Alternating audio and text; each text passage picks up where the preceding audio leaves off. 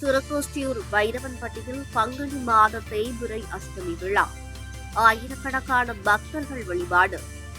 சிவகங்கை மாவட்டம் திருக்கோஷ்டியூர் அருகே திரு வைரவன்பட்டியில் உள்ள பிரசித்தி பெற்ற ஸ்ரீ பாகம்பிரியால் அம்பாள் சமேத ஸ்ரீ திரு மெய்ஞானபுரீஸ்வரர் திருக்கோயிலில் தனி சன்னதி கொண்டு அருள்வாளிக்கும் ஸ்ரீ மூலபாலகால பைரவர் சுவாமிக்கு தேய்பிறை அஷ்டமி பெருவிழா நடைபெற்றது.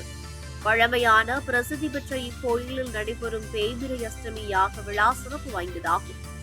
பைரவரை தினசரி வணங்கினாலும் அஷ்டமி திதிகளில் வணங்குவது சிறப்பாகும். அதன் அடிப்படையில் பங்குனி மாதத்தில் நடைபெற்ற இந்த தேய்பிறை அஷ்டமி விழாவை ஒட்டி இக்கோயில் மூலவரான ஸ்ரீ மூலபாலகால பைரவர் தங்க கவசத்தில் எழுந்தருளி பக்தர்களுக்கு காட்சியளித்தார்.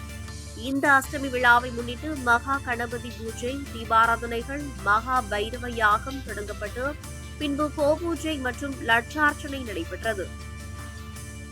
அதனைத் தொடர்ந்து சிவாச்சாரியார்கள் வேத மந்திரங்கள் முழங்க நெய், வஸ்திர யாகம், புஷ்ப யாகம் மற்றும் மகா பூர்ணகுதி பிரம்மாண்டமாக நடைபெற்றது. தீபாராதனை காட்டப்பட்டது.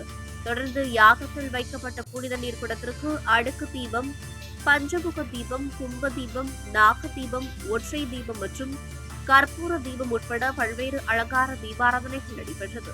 பின்பு யாகத்தில் வைக்கப்பட்ட புனித நீர் கோயிலில் சுற்றுப்பிரகாரம் வழங்காக பின்பு யாகத்தில் வைக்கப்பட்ட புனித நீர் கோயிலில் சுற்றி பிரகாரம் வழியாக சிவாச்சாரியார்கள் தலையில் சுமந்து வர மலர் தூவி வரவேற்றனர்.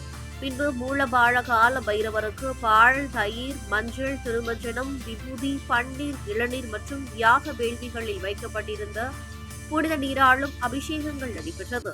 தொடர்ந்து மூலபாலகால பைரவர் பூக்களினால் சிறப்பு அலங்காரம் செய்யப்பட்டு மகா தீபம் காட்டப்பட்டது.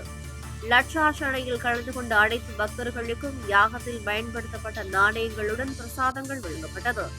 இதில் தமிழகத்தின் பல்வேறு மாவட்டங்களிலிருந்து ஏராளமான பக்தர்கள் கலந்து கொண்டு சாம்பல் பூசணியிலும் அகல் சுட்டிகளிலும் விளக்கேற்றி பைரவரை தரிசனம் செய்தனர். விழாவில் கலந்து கொண்ட பக்தர்களுக்கு அன்னதானம் வழங்கப்பட்டது.